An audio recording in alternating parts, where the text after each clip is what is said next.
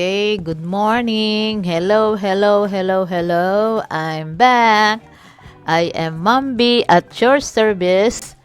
For today, allow me to present to you my lesson about theorems on secant and tangent segments of a circle. So we are now on our week 6 of quarter 2. So some basic terms that you must be familiar on this lesson. First, about tangent. So this is a straight line or plane that touches a curve or curved surface at a point. So meaning isang beses lang dumaan ang line na yon sa circle. Now, secant is a straight line cuts a curve in two or more parts. So, meaning, dalawang beses dumaan ang line sa circle. Now, theorem is a general proposition, no self-evident, but proved by a chain of reasoning, a truth established by means of accepted truths. So, ito yung mga statements that need to be proven. So, kailangan natin ng evidence in order to prove those statements. Now, theorem proving is the formal method of providing a proof in symbolic logic. So, dito sa lesson natin ay magkakaroon tayo ng proving. So, heto yung isa sa pinaka-challenging part sa pag-aaral ng geometry, yung sinasabing proving. So, this is kailangan ay logical, meaning to say, dadaan sa tamang rules, tamang proseso, at kailangan ay systematic. So, bakit tayo magpo-prove? So, why do we need to prove theorems? Geometrical proofs offer the students a clear introduction to logical arguments. They show the exact relationship between reason and equations. More so, since geometry deals with all shapes and figures, it opens the students' brains to visualize what must be proven. So, kailangan mapatunayan natin yung, di ba sabi ko nga kanina, so ang theorems ay needs to be proven. So dahil dyan, kailangan natin magpakita ng mga equations, tsaka ano yung reason. So dapat may relationship yung gagamitin nating equation and reason para mas mapatunayan natin na tama nga pala tong sentence na to. So to do that, kailangan natin ng i-represent that using two-column proof. So a two-column proof is a two-column table consisting of a list of statements and the reasons why those statements are true.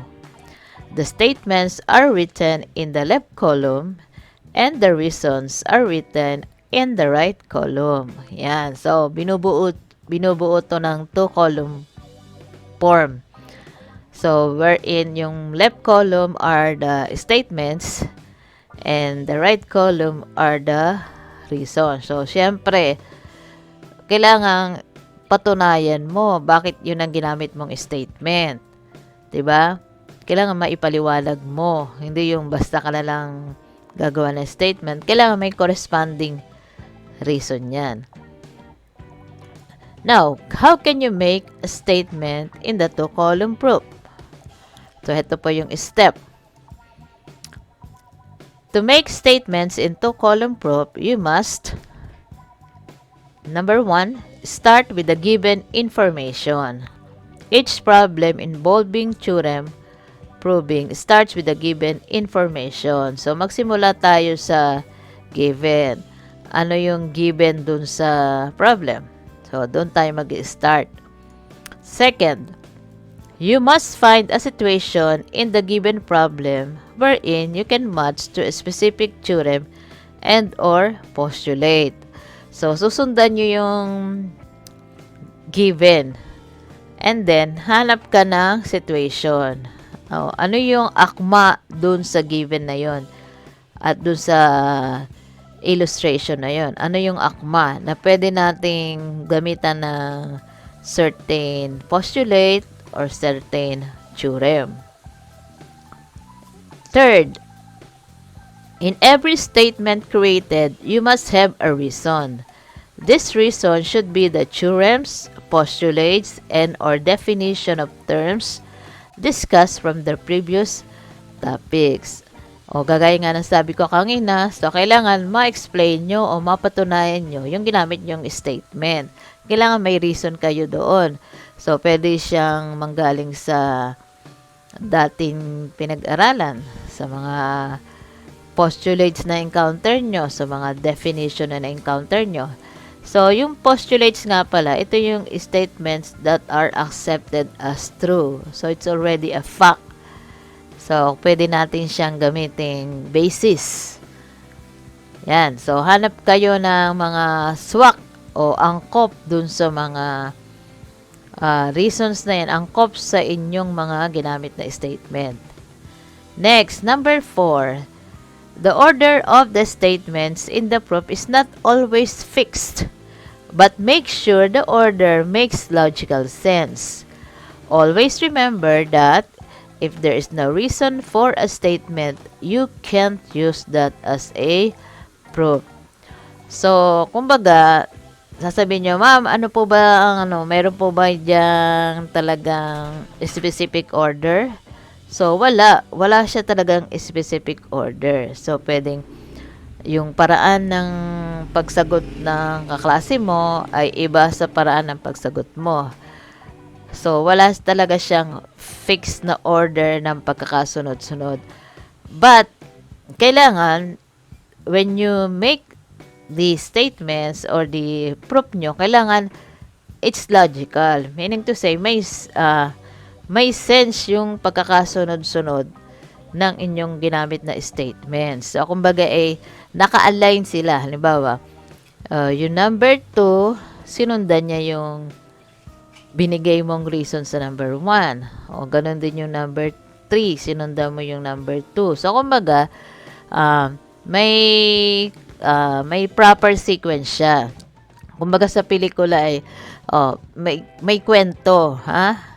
So, kumbaga episode 1, episode 2, episode 3. So, may continuity yung gagamitin yung statement. Para sa ganon, masusundan. Hindi pwedeng talon lang ng talong. So, para masundan siya. Ayan. Kaya, medyo challenging talaga pag sinabi nating probing. So, okay, let's start. So, sa ating lesson for this week, the first theorem is on two intersecting chords. So, it says that if two chords of a circle intersect, then the product of the measures of the segments of one chord is equal to the product of the measures of the segments of the other chord. So, in short,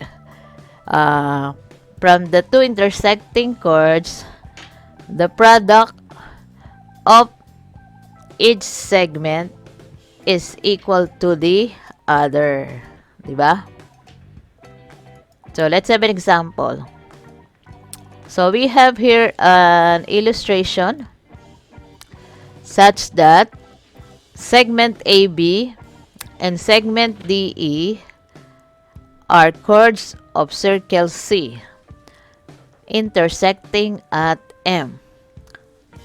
We're going to prove that AM times BM is equal to DM times EM. So, to prove that, we are going to draw segment AE and segment BD so that we form two similar triangles. Then, show the proof using two-column proof. Yan. So, that's segment AB. and that segment DE. So you see that this intersects at point M.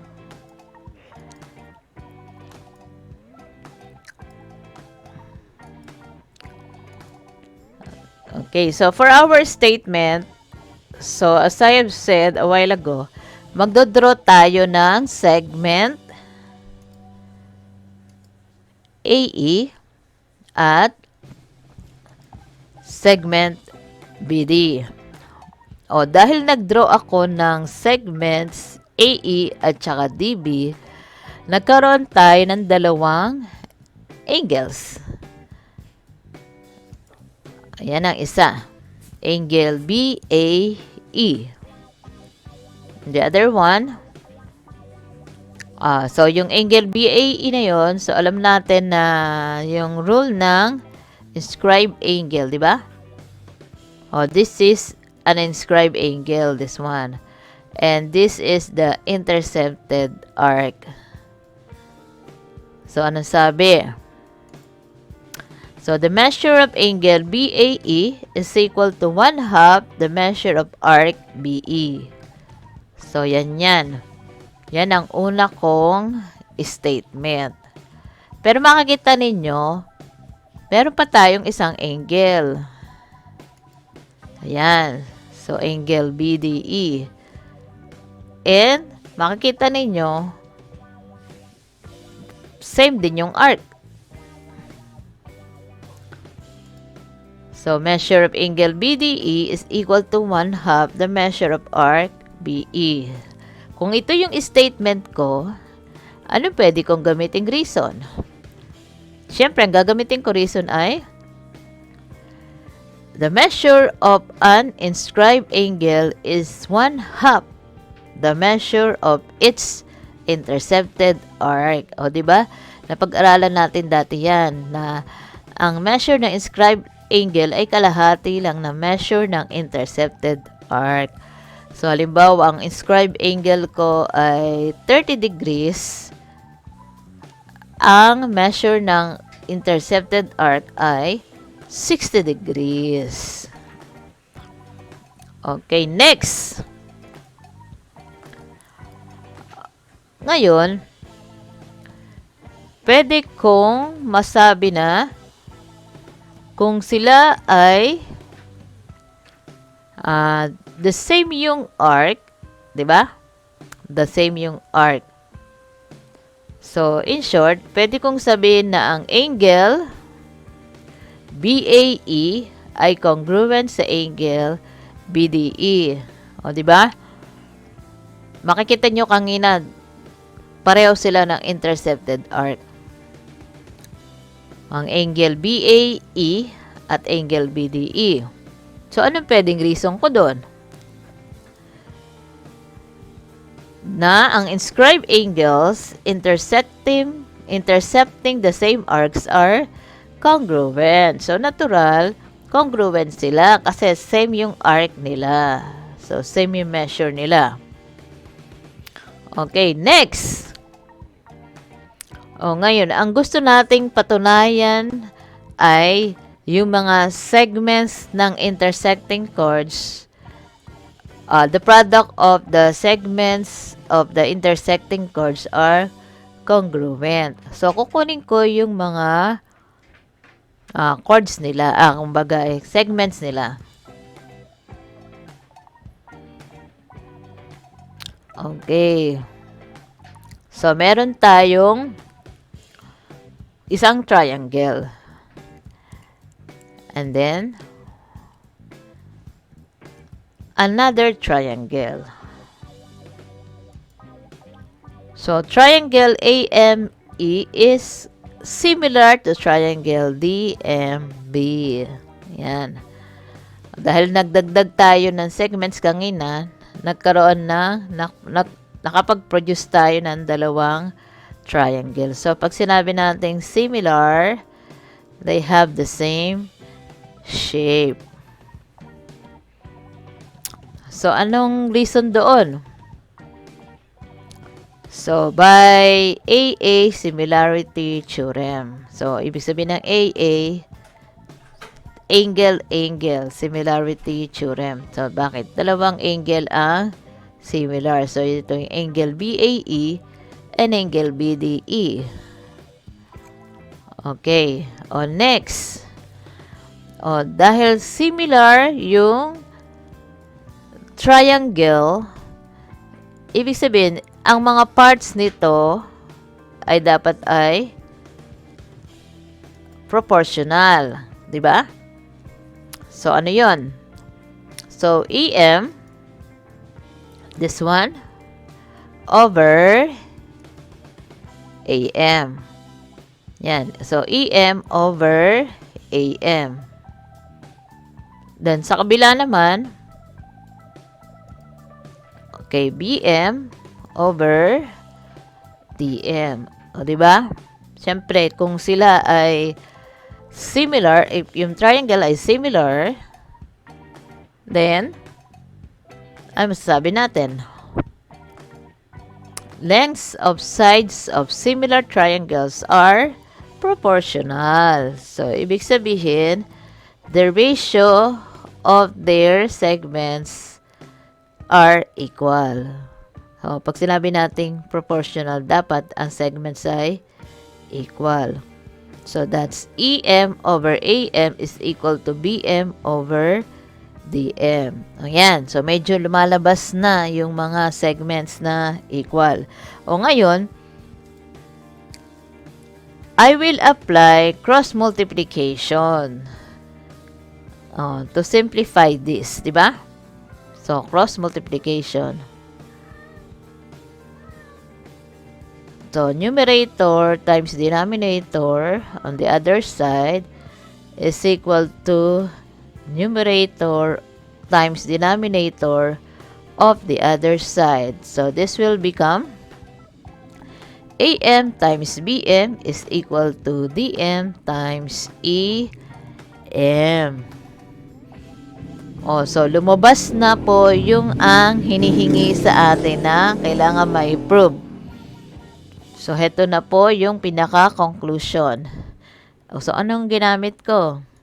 I use multiplication property of equality. Okay, so by using cross multiplication. Okay, so that's it. So, we're able to prove that the product of the segments of two intersecting chords are equal. Next, theorem on 2 secant segments. If 2 secant segments are drawn to a circle from an exterior point, then the product of the lengths of 1 secant segment and its external secant segment is equal to the product of the lengths of the other secant segment and its external secant segment. Parang tongue twister Nakakabulol. So, may second segments, may external second segments pang tinutukoy. Ano ba ibig sabihin nun? Okay, for example, yan. So, meron tayong illustration. So, makikita ninyo, merong point na nasa labas. So, that is point D. At makikita nyo naman na yung dalawang line. So, bali, line PD, tsaka line SD. Siyempre, dahil dumaan ang line sa circle ng dalawang beses, so there are 2 points na dinaanan ng line. So, seconds sila, di ba? Yun ang napag-aralan natin dati. So, pag seconds, dumaan sa circle ng 2 points. Ngayon, may part na nasa labas. So, yung part na nasa labas, yun ang tinatawag na external secant segment. Yan. Ito ang external secant segment. Kasi external means nasa labas. So, ang given natin is segment DP and segment DS are secant segments of circle T. So, that is drawn from exterior point D. Yan. So, yan ang ating secant segments. So, we're going to prove that segment DP times segment DQ is equal to segment DS times segment DR. So, that means the second segment times the external second segment is equal to second segment times external second segment of the other. So, how do we prove this? We're going to draw segment PR and segment QS. Katulad din ng ginawa natin kanina. So, kailangan makapag-produce tayo ng two similar triangles. So, gagamit ulit tayo ng two-column proof. So, I will draw segment PR and segment QS. So, dahil nag-draw ako ng segment PR at segment QS, nakabuo tayo ng dalawang angles, di ba? So, ang angle na yon ay angle angle QPR is congruent to angle RSQ. RSQ and angle PQS. So, dahil sa dinagdag kong segment, nakabuo tayo ng congruent angles. So, anong reason yon? Inscribed angles intersecting the same arcs are congruent. Diba? They have the same arcs. So, angle QPR. So, ang arc niya ay QR. And then, angle RSQ. Angle RSQ. So, it's still RQR. Kaya sila congruent. Okay, they have the same arcs. Okay, next. Dahil congruent sila, masasabi natin this angle and this one also. So, anong angle to? Angle DQS. And the other one, angle DRP. So, angle DQS is congruent to angle DRP. So, bakit? Because supplements of congruent angles. Diba dun sa number 1 kanina, congruent yung dalawa. Pag sinabi nating supplements, ito yung the sum of the angles should be 180 degrees. Nakuha na natin yung ka-supplement niya kanina. So, ang supplement ng angle QPR ay angle DQS.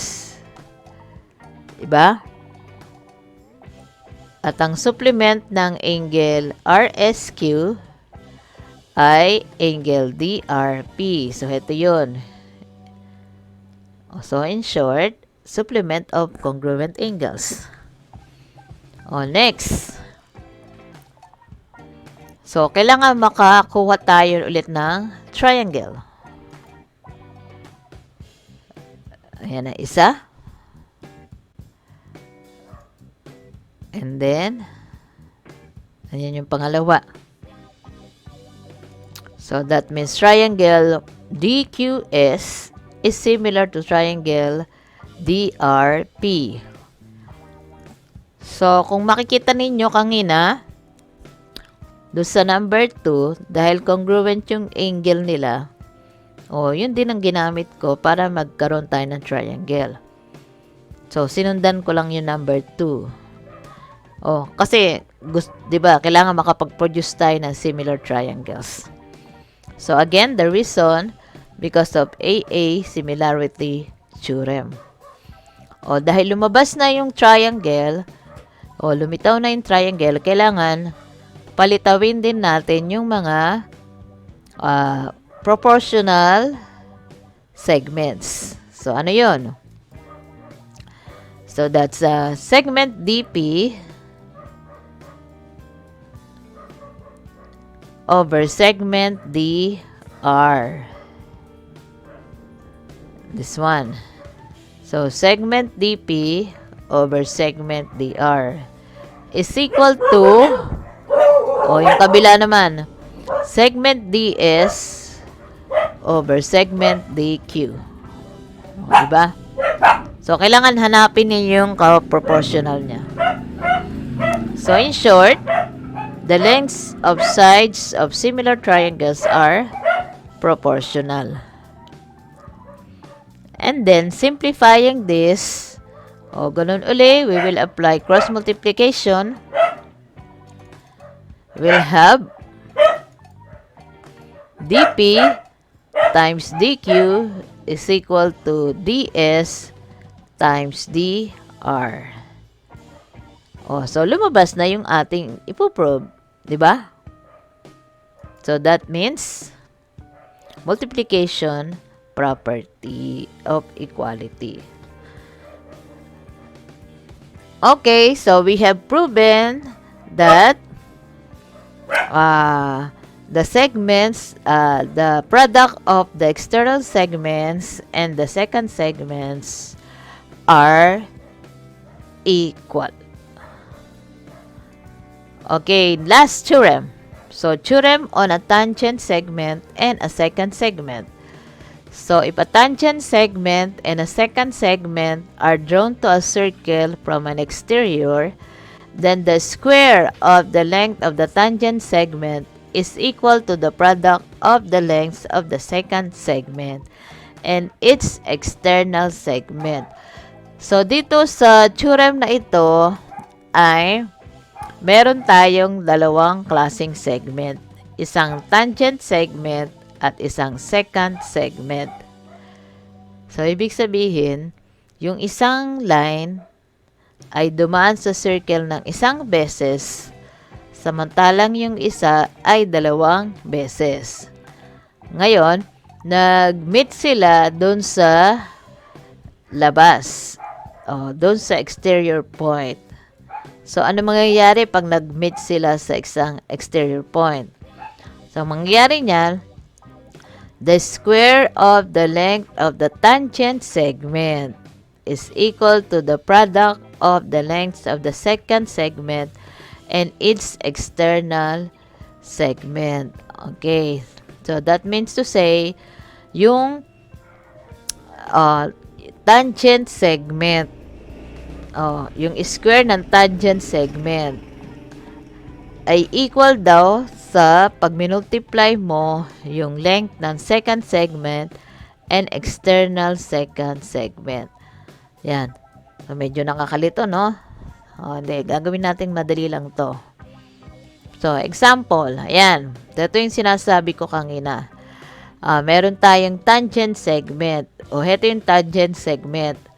Segment CO. Kasi, ang isang point lang yung nasa circle ay yung point C. Then, ang second segment ay ito. Segment YO. Kasi dalawang beses siya dumaan sa circle. Yung line na yon ay dumaan sa circle ng 2 points. So, points Y tsaka N. Ngayon, itong second segment ay merong external second segment. So, ito yung external second segment niya. Segment ON.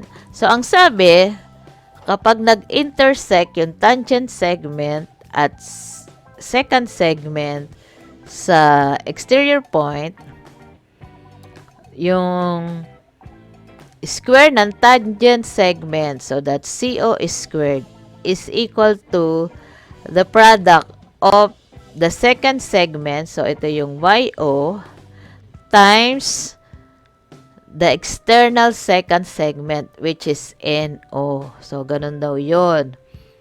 So, CO squared is equal to YO times NO. So, ito yung kailangan nating i-prove.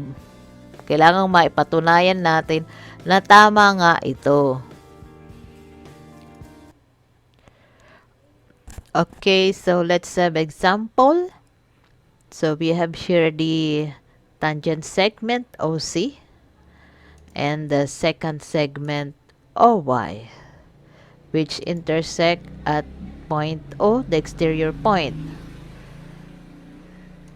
Okay, so we need to prove that segment CO squared is equal to segment YO times segment NO. Okay, so for our first statement, so magdodraw ako ng segment CN. So, syempre, kailangan makapag-produce tayo ng similar triangles. Yan, isa.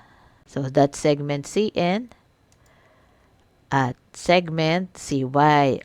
So, makikita nyo, meron na tayong similar triangles. So, ngayon, dahil nagdagdag ako ng segment, so, makikita ninyo, meron tayong mga angles na nabuo. Ito yung isa. So, that's angle NCO. Na ang arc niya ay yung arc CN. Diba? Ngayon, kukuha uli ako ng isang angle na may arc CN din. So, heto siya. Ayan, angle CYN. Diba? So, ang angle CYN, ang arc niya din ay arc CN. So, in short,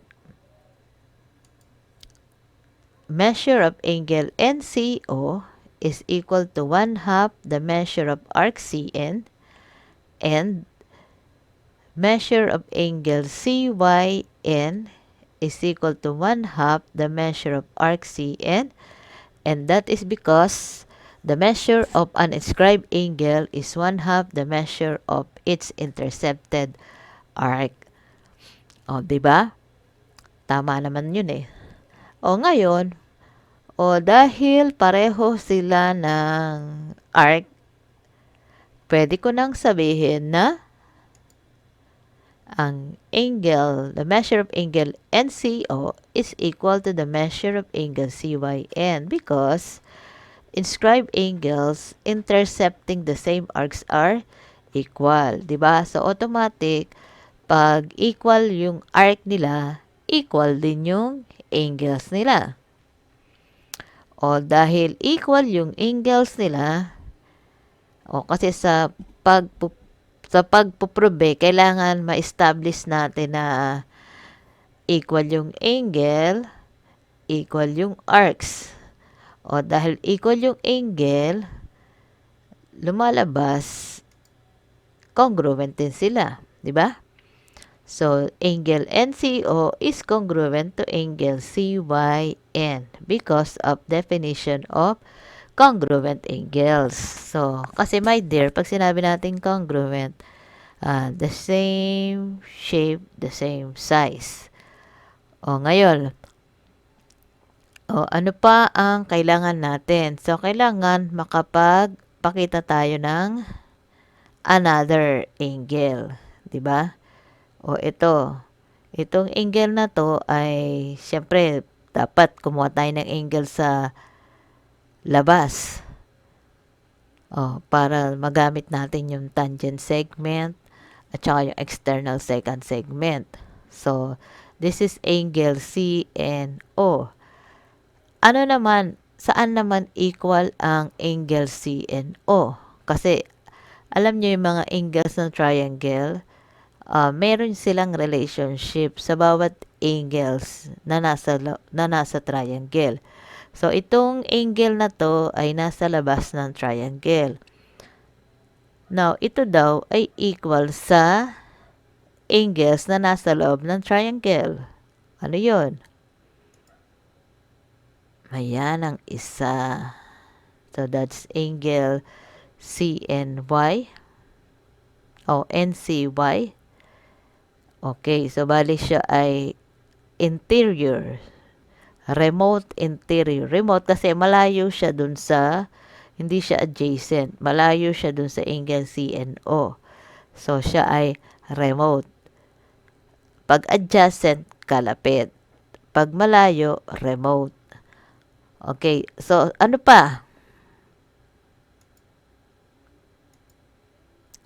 Okay, so dito pa. So, ibig sabihin, the measure of angle CNO is equal to the measure of angle NCY plus the measure of angle CYN. So, yung pinakita ko kanina.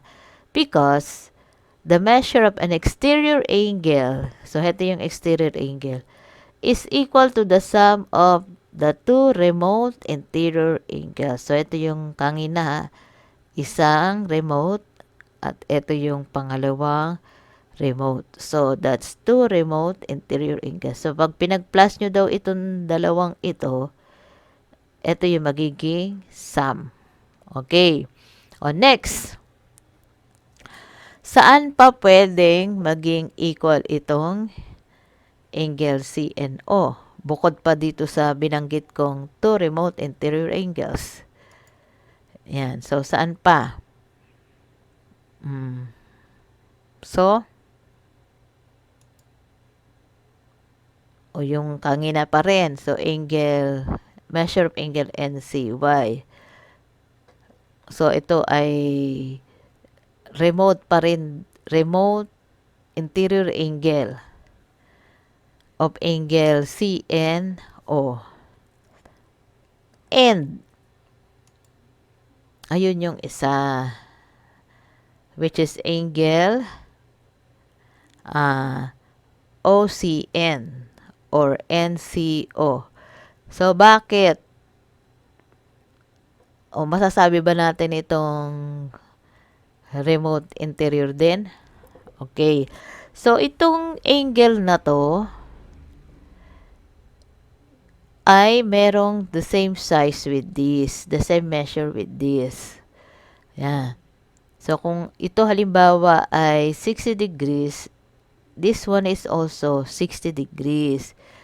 Kaya, I can consider this as another angle that when added to this, so pag pinag-add ko tong dalawang ito, is equal to angle CN O. So, hindi lamang itong number 4. So, pwede rin palang ito. Kaya, ang magiging number 5 natin ay measure of angle CNO is equal to the measure of angle NCY. So, yung katulad din kanina sa number 4. But this time, plus measure of angle NCO. Itong nasa kabilang side. So, the same pa rin ang reason. The measure of an exterior angle is equal to the sum of two remote interior angles. So, considered pa rin ito kasi dahil meron silang same measure with one interior angle here. Kaya, counted pa rin siya as the same pa rin ang reason na pwede nating gamitin dito sa number 5. Okay. O, next. O, kuha ulit tayo ng isa pang angle. So, nakuha ko na yan dito. So, dito naman tayo kumuha. Ayan. So, angle OCY. Saan equal itong angle OCY? So, makikita ninyo, itong angle OCY ay mayroong dalawang angles na nasa loob. Ito yun. Oh, that's angle NCY and angle OCN. So,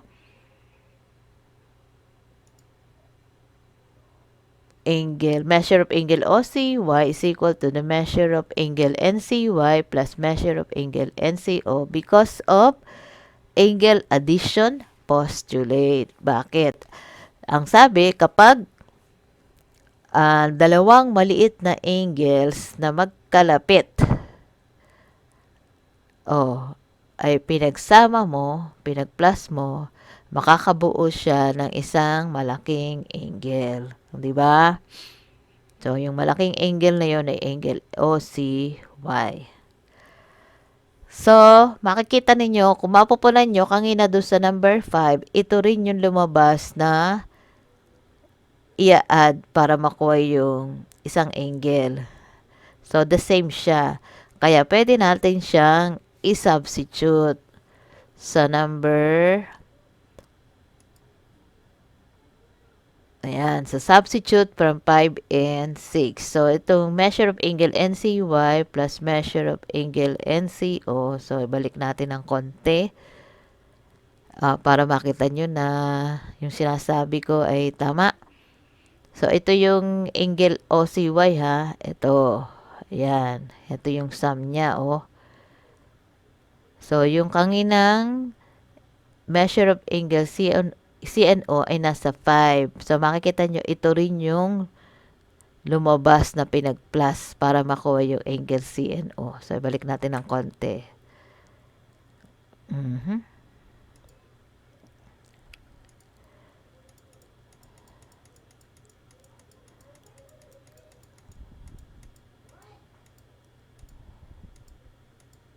Yon. Kita nyo, ito pa rin yung naipag-plus natin, measure of angle NCY plus measure of angle NCO. Ito rin yung naroon sa number 6. So, kukunin natin itong measure of angle CNO. So, isa-substitute natin. So, ito yung sinasabing substitute from number 5. And substitute from number 6. So, dahil equal yung angle, equal yung measure nila. So, pwede nating masabing congruent yung angle nila. So, makikita ninyo ha, ang pagkakaiba ng paggagamit ng equal sign at congruent sign. Kapag measure lang ang pinag-uusapan, ang ginagamit nating equality symbol ay equal sign. Kapag angle or triangle or shape ang pinag-uusapan, ang gagamitin natin ay congruent symbol. Meaning to say, same size and same shape. So, that's number 8. Angle CNO is congruent to angle OCY. So, because definition of congruent angles. Next. Dahil naipakita na natin na equal yung measure at equal yung angle, so pwede na nating masabing ang triangle YCO is congruent to triangle CNY because of AA similarity theorem. So, angle similarity theorem. Ngayon, dahil congruent na yung angle, pwede na nating kunin yung kanilang mga lengths ng segment. So, compare natin. So, sa YCO, sa triangle YCO, ay meron tayong segment YO and segment OC. And sa triangle CNY, meron tayong segment OC and segment NO.